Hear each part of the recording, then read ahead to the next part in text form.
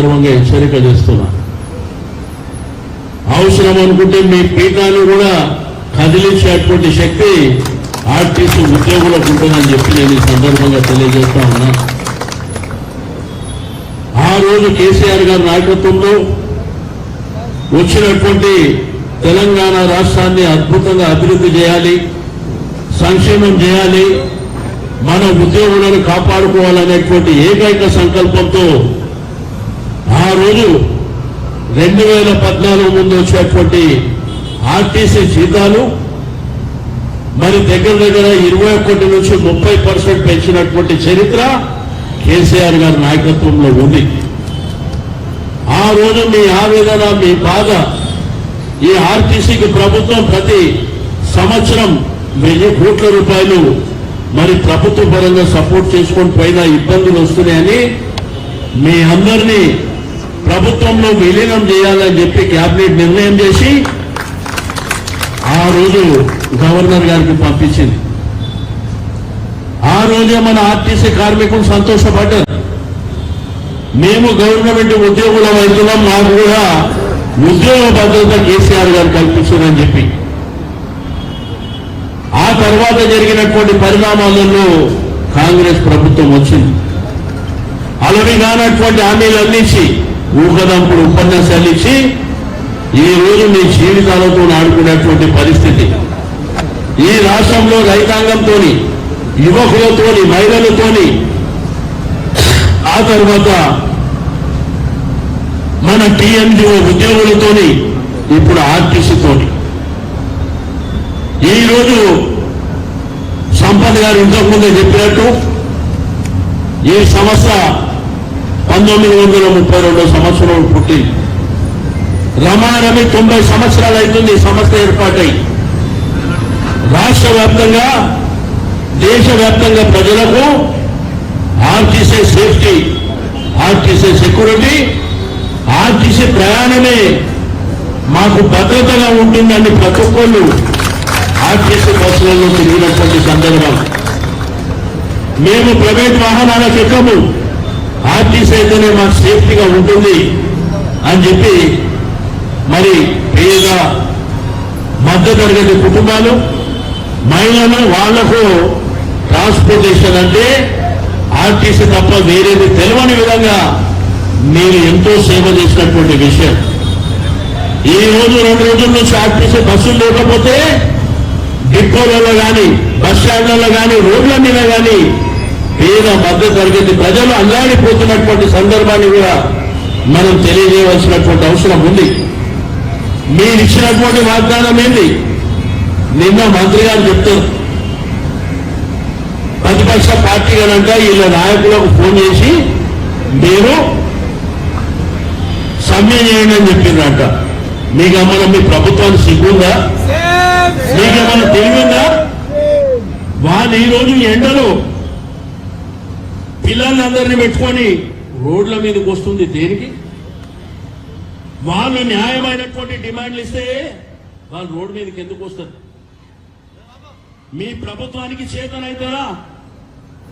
మీరు పెద్ద పెద్ద మాటలు మాట్లాడి, పెద్ద ప్రగల్భాలు పలికి ఈరోజు మరి వారి యొక్క న్యాయమైన డిమాండ్ నిన్న చెప్తారు 32 డిమాండ్లు ఉంటే 29 క్లియర్ చేసినామంట. నీకు దమ్ముంటే మీడియా పక్షాన ఆ 29 ఏవి క్లియర్ చేసినో చెప్పవలసినటువంటి అవసరం ఉంది. మీ ఆర్టీసీ ఎండీ గారు వార్నింగ్ ఇస్తుండు, మీరు ఉద్యోగాలకు రాకపోతే మీ మీద యాక్షన్ తీసుకుంటామని. ఫస్ట్ నీ ఉద్యోగం చూసుకో జాగ్రత్తగా, రాబోయేది మా ప్రభుత్వమే కాబట్టి గుర్తుంచుకోవాల్సినటువంటి అవసరం ఉంది. వాళ్ళని ఆర్టీసీ కార్మికులని గవర్నమెంట్ లో విలీనం చేయడానికి ఒక పెద్ద మనసుతోని కేసీఆర్ గారు ఆ నిర్ణయం తీసుకుంటారు. ఈ రోజు మహిళలకు భద్రత లేదు, మహిళా ఆర్టీసీ కార్మికులకు వాళ్ళు వచ్చేటువంటి అలవెన్సులు వస్తలేవు, వాళ్ళ బెనిఫిట్స్ వస్తలేవు. రెండోది మధ్యన ఈవీ వెహికల్, ఎలక్ట్రికల్ వెహికల్ అని చెప్పి ఒక సంస్థకి ఇచ్చి దాంట్లోనంట ప్రైవేట్ వాళ్ళు వచ్చి పనిచేస్తారంట. అంటే ఆర్టీసీలో పనిచేసిన వాళ్లకు ఎలక్ట్రికల్ వెహికల్ నడిపే శాత కదా అని నేను అడుగుతున్నా. కండక్టర్ గా ఉండేటువంటి అర్హత వాళ్ళకి లేదా అని చెప్పి నేను అడుగుతా ఉన్నాను. ఎవడు అబ్బా జాగిర్ అని చెప్పి డిపోలని ప్రైవేట్ వాళ్లకు మీరు దారదత్తం చేస్తున్నారో చెప్పవలసినటువంటి అవసరం ఉంది. నేను కార్మిక నాయకులకు ఆర్టీసీ ఉద్యోగులు కానివ్వండి నాయకులకు కూడా నేను చెప్పేది ఒకటే, అందరం చెలో సెక్రటరియట్ అని పిలిపించి రాష్ట్ర వ్యాప్తంగా ఉన్నటువంటి మన కార్మికులను అందరినీ రోడ్డు మీదకి తీసుకురండి, ఎవడు అడ్డొస్తాడో చూస్తామని చెప్పి నేను ఈ సందర్భంగా తెలియజేస్తా ఉన్నాను. మనమందరం రోడ్ల మీదకి వచ్చి సెక్రటరియట్ ముట్టడి చేసి ఈ ప్రభుత్వం మెడలు వంచైనా గానీ మన హక్కులను మనం సాధించుకోవాల్సినటువంటి అవసరం ఉన్నది. వాళ్ళకిచ్చేటువంటి పిఆర్సీ విషయంలో కానివ్వండి, ఇప్పటి వరకు 2 బకాయిలు ఉన్నాయి, అవి కానివ్వండి, పెంచే జీతాల విషయంలో పిఆర్సీ వేయడంలో కానివ్వండి, మీరు మేనిఫెస్టోలో పెట్టలేదా? మరి ఆ రోజు మేనిఫెస్టోలో పెట్టిందే నమ్మి మీకు ఓటేసి మీరు గద్దెనెక్కిన తర్వాత మా జీవితాలతో ఆడుకునేటువంటి అధికారం మీకు ఎవరు ఇచ్చిందని చెప్పి నేను అడుగుతా ఉన్నాను. ఈ రోజు ఆర్టీసీ అంటే భారతదేశంలోనే ఒక అద్భుతమైనటువంటి సంస్థ. దీనికి అనేకమైనటువంటి అవార్డులు రివార్డులు వచ్చినాయి.